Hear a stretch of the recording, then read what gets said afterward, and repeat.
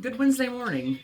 I'm off today because I have an appointment of sorts, and it's just less stressful for me just to take the whole day off when I have an afternoon appointment instead of trying to time when I need to leave work to make it to the appointment. Besides that, I have vacation days. So before I start the topic I want to discuss today, which is why did I name Thrice a peculiar love story instead of just Thrice? But before I get to that, something completely off topic of that. So I follow a YouTube channel called The Line, and I realize that I'm going to have to wonder if I'm addicted to YouTube. But basically what The Line is are a bunch of atheists who have discussions with theists who want to call in an argument with and argue with the atheists, but they always fall apart. Always the theists, not the atheists.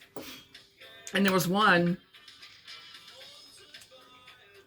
segment where at the end of that segment, the Christian theist, was arguing that the Bible is right about genocide. You can do genocide if they're bad people. Somebody in 2024 said that. That's crazy. But before she got to that crazy point, she asked the two people that are on the panel, because it's always two, how it is they feel, how it is that they stopped believing and took themselves away from their faiths. And if they had asked me, because I am an atheist, if someone asked me that, how did I become a non-believer? But it's because I never was a believer. My brother and I went to church, Baptist church, for the social aspect of it. We didn't go because we believed. In fact, we thought God was silly. The concept of God was silly. The Bible was silly. That there's some magical place in space called heaven that you'll go if you're good and you believe, and there's this fiery pit in the earth.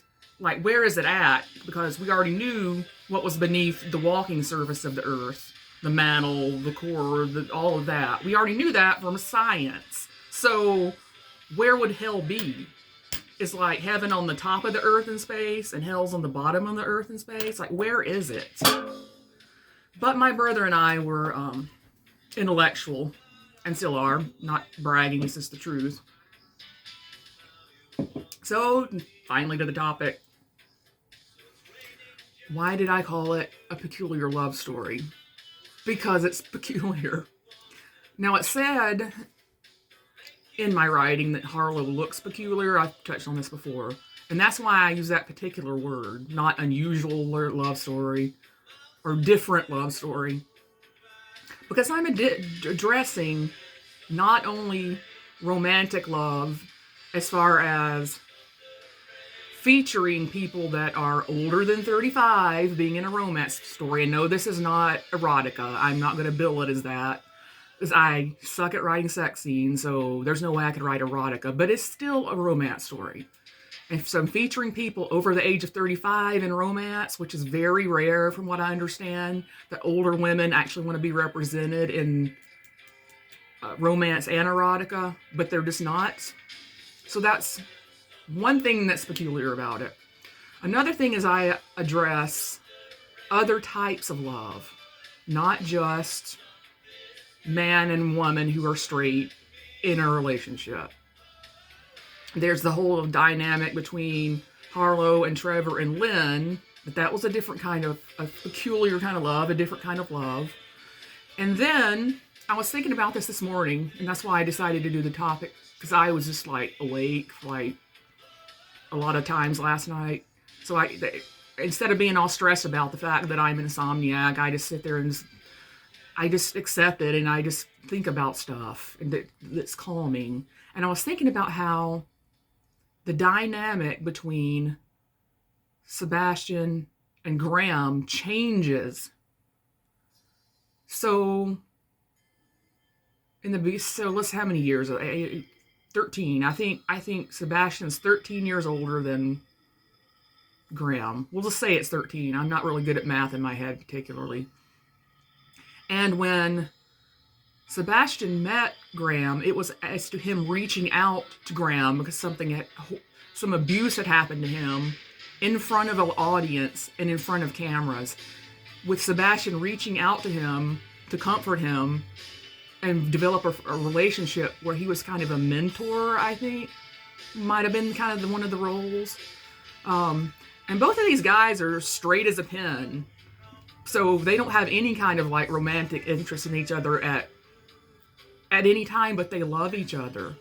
And then once Sebastian, what happened to him in Parkland, the violence that happened to him, I think the role reversal was that Graham then became like his substitute father, even though he was younger. Because then all of a sudden he was coming by the house, making sure Sebastian was fine, like, doing things for Sebastian in his house, giving him lots of physical affection in a platonic way, but kiss, hug, to try to make up for the shitty father that Sebastian had by being a substitute father. So that in itself is peculiar, and I wish I had more time to get into Graham and Sebastian's dynamic, but I just don't have time within the confines of the story. But I was thinking about maybe if I can get some advice on how to write a story from the perspective of a man, which I am not, so that's why I might struggle with it, but I might write a story about Graham and what he went through and all his struggles because of his syndrome, Marfan syndrome, and what he went through with the whole thing with the abuse in front of the audience and all of that. But see, then I'm going to sound like a woman, and it's supposed to be a man because I can't be a man. I sometimes wish I was one, but, and in fact, somebody asked me all through my life, or my adult life, reproducing life, was there any circumstances under would you have a kid or would you have had a kid? And I finally came up with an answer because I'm like, no. But I find there is one answer. If I could have been the father and not the mother and take the same kind of role that the majority of fathers take in their households, with letting the mother not only bake the kid, birth the kid, just take part in the fun parts and possibly some of the discipline parts. Because otherwise it would be too much labor that I don't want in my life. That was one reason I didn't want kids. Too much work. And you have to keep them alive. And you have to keep them out of trouble in school. And you have to keep CPS from coming to your house. And you have to keep them from terrorizing other people. And you have to make sure they're mentally sound. And if they have some kind of condition, you have to deal with that all the time. Too much work. For what? We've got enough people on the planet. I don't care what the Republicans are currently saying. Oh, and a go. By the way, go Kamala Harris. Everybody have a good one.